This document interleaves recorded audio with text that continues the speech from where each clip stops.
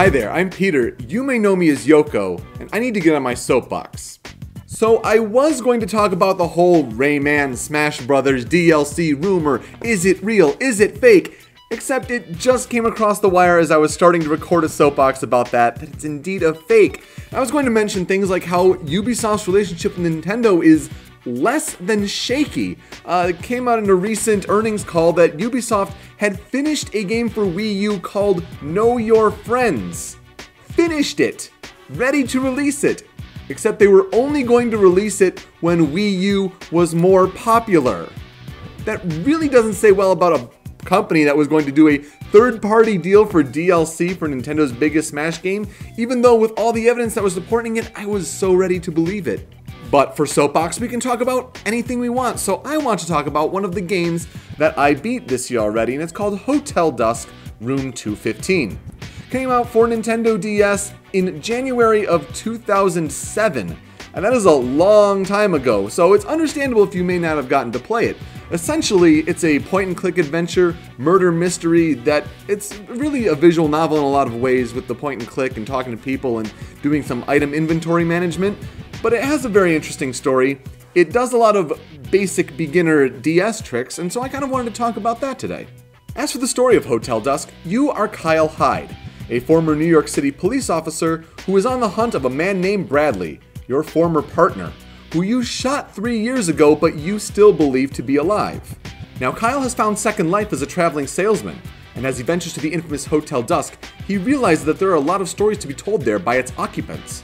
So as he spends the night, he hopes that enough clues can be pieced together to get him one step closer to finding Bradley. Now one of the interesting things you may learn about Hotel Dusk, or remember if you've played it before, is that the game is not played in the standard convention like this. This is my pink DS Lite here.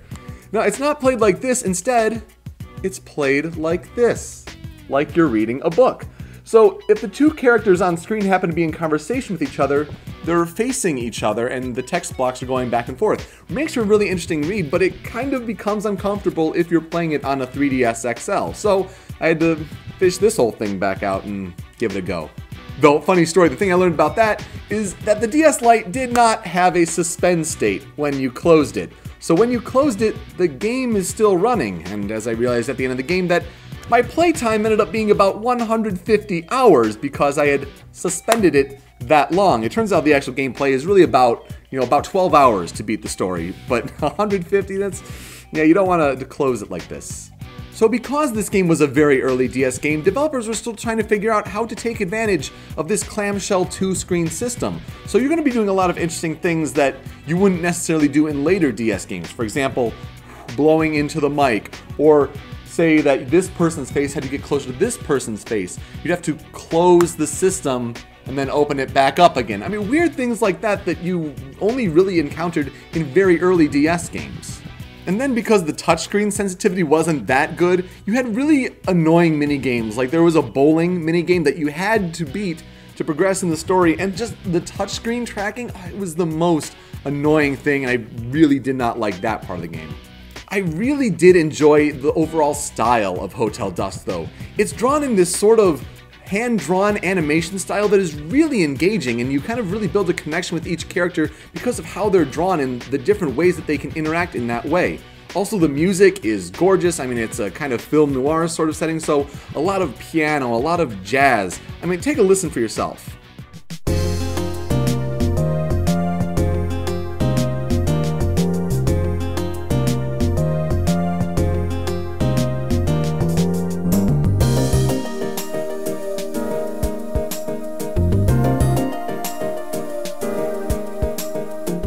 Really cool, right? The game takes place in the 70s, so it does have a certain vibe to it, but overall, that was one of the best parts, I think, about Hotel Dusk. As for the story, though, because it is a visual novel point-and-click adventure, so that really is the whole crux of the game, it was good.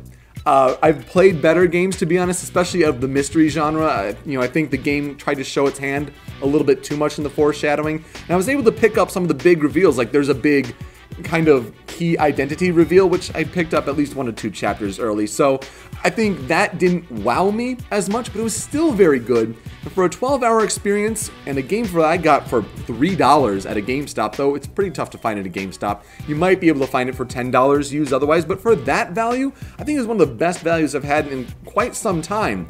Just overall, a really engaging story with a great sort of style to it, and a game that I really enjoyed playing. I recommend checking it out.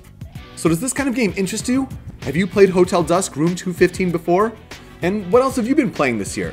Let us know down in the comments. Follow us on Twitter at ShowMeYourNews to cover all things that we do in this podcast space. You can follow me on Twitter at SMYNYouko. And with that, I'm Peter. I implore you to show me your news.